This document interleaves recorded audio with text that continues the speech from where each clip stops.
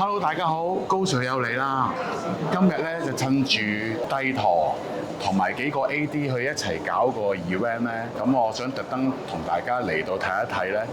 佢哋今次咧係為咗推廣70週年嘅一個紀念咧，就做一個 event。咁今日咧就嚟到，就帶大家一齊入去睇下啦。咁我哋旁邊有位靚女 Lilian， 咁佢咧就會沿途一路咧就帶住我哋咧去解釋翻究竟係點解會有呢件事發生嘅，佢就會同我哋講噶啦。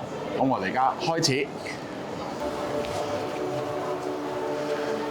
嗱，咁今次咧帝陀咧就將成個場景咧就佈置到好似70年前嘅英國嗰陣時嘅冰天雪地，成件事咧嗱，呢度入嚟咧就好似我哋入咗一個套滿晒冰嘅地方。我哋而家一路就入去啦。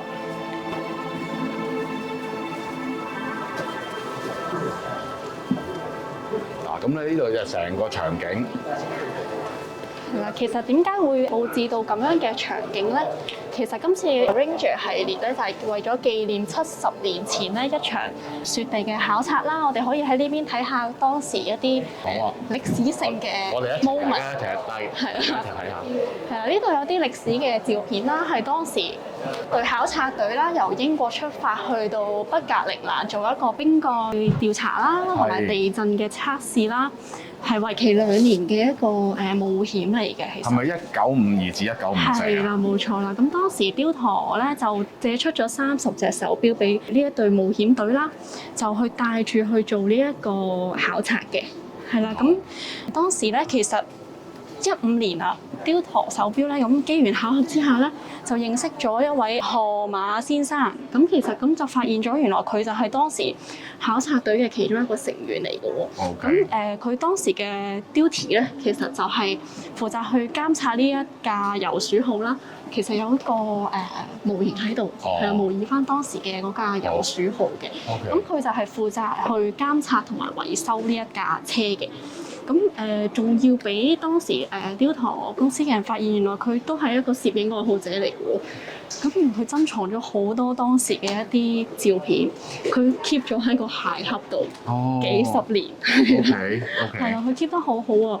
咁仲發現原來佢咧 keep 住咗當時嘅其中30隻手錶嘅其中一隻手錶，咁係當時係雕陀嘅。嗰隻係真係俾佢㗎啦，係嘛？當時係話借俾佢哋帶去考察，就去監察當時佢哋喺極地情況下手錶嘅情況。咁佢仲 keep 住咗當時嗰隻錶。係啦，咁佢當時咧就連同啲相片就交咗俾雕陀公司去做一個紀念嘅。咁呢個當時係佢哋啱啱推出嘅一個 Oyster Prince 系列嚟嘅。952年 Oyster Prince。咁由河馬先生喺2015年嗰度連同呢個綠色嘅錶盒咧一同捐贈俾我哋雕陀公司去做一個紀念嘅。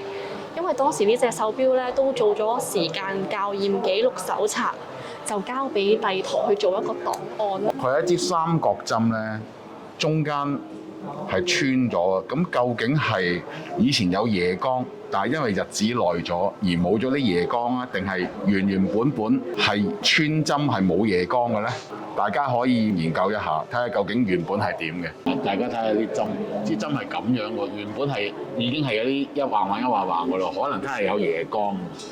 但係啲夜光甩晒喎。呢度都有講啦，就廣告陳述咗一啲破壞性測試啦。片中就帶住一個雕陀 Oyster Prince 本錶嘅石像工人，捶打3個月。係啦，一直帶住呢隻錶去工作。咁都講咗，最終除低呢個本錶功能依然係非常之完美同埋好準確。OK。呢個又係講翻個煤礦工人啊，帶住呢個錶喺一個煤礦裡面做咗個砍伐嘅工作啦。震盪嘅測試。係啦。係不停咁樣鑿煤礦，為期成6個禮拜㗎。係啦，咁最尾個要校正嗰個誤差咧，都係數幾秒嘅啫。OK，呢度就係1929年開始。講翻 Ranger。係由註冊個 Ranger 個名開始。咁帝陀就係1926年成立㗎嘛。咁3年之後咧，老闆就將呢個 Ranger 個名咧就註冊咗。咁但係當時咧就未有 Ranger 嘅錶嘅喎，咁但係佢就註冊咗。咁後尾咧到咗1943年咧，就為咗呢個印度嘅 market 咧，就做咗一個係以 Ranger 為品牌嘅錶。咁跟住去到780-8，頭先嗰隻去到嗰個極地度測試嗰個780-8就1952年嘅。咁其實咧就最為人所熟悉嘅咧，最接近而家個 model 嗰個款嘅咧，就係1965年呢隻7995開始咧，佢係真係有 Ranger 個字喺度啦。大家都知道高 Sir 好中意嗰個玫瑰花啦，嗰個 logo 啦，就係呢個7995啦。咁啊過多幾年咧，1968年之後咧，帝舵咧就由玫瑰花就轉咗部做盾牌。咁所以喺69年嘅時候咧 ，Ranger 亦都順應翻嗰個潮流咧，佢就變咗由玫瑰花就變咗做盾牌啦。跟住 Explorer 都有 Explorer 2啦，咁 Ranger 都有 Ranger 2喎。咁去到1973年咧，帝舵就出咗個 Ranger 2，大家可以睇下啦。咁呢個就係一體式連埋標底嘅設計嚟嘅。咁啊當然同 Explorer 2係有啲出入啦，不過佢又好有佢嘅特色咯。跟住由1973年開始就停咗啦，就冇咗 Ranger 啦，直至到2014年去到呢個，但係呢個咧就冇寫住 Ranger。但係當你買標嘅時候咧，佢就會話俾你知個名叫 Heritage Ranger。你喺個標度完全見唔到個 Ranger 字，直至到由1952年加70年去到2022年之後咧，為咗紀念翻當年個極地考察，而再重新嚟咗。今年2022年咧就出咗呢個79950，有 Ranger 字，復刻翻當年1965年嗰個款式嘅 Ranger 啦。咁而家就變咗39mm 直徑嘅，咁所以成件事就係復刻同埋去對70年前成件事嘅致敬咯。我講得啱唔啱？非常好。係，咁我哋繼續。係啊，咁另外其實咧，我哋嗰邊都展示咗第一隻有 Ranger logo 嘅手錶。好啊，我哋一齊去睇。呢隻啦。係，呢隻就係279啦，1943年喺呢個印度嘅市場推出嘅啫。咁隔離嗰隻7995啦，就係1965年嗰隻咯。咁有呢一隻 Ranger 手錶嗰陣，都仲未有 Ranger 系列嘅。咁呢度有啲 backdrop 啦，都係想呈現翻當時佢哋去考察嘅一啲場景，咁會有我置身喺當時嗰個情形個感覺。我哋唔入得去㗎。可以入去。真係可以入去啊！可以入啊！你可以入去影下相都得。好細嘅喎呢度。係啊。佢哋點搞啊？個個都咁大。所以佢哋當時即係都叫做一個叫做好嚴峻嘅環境下。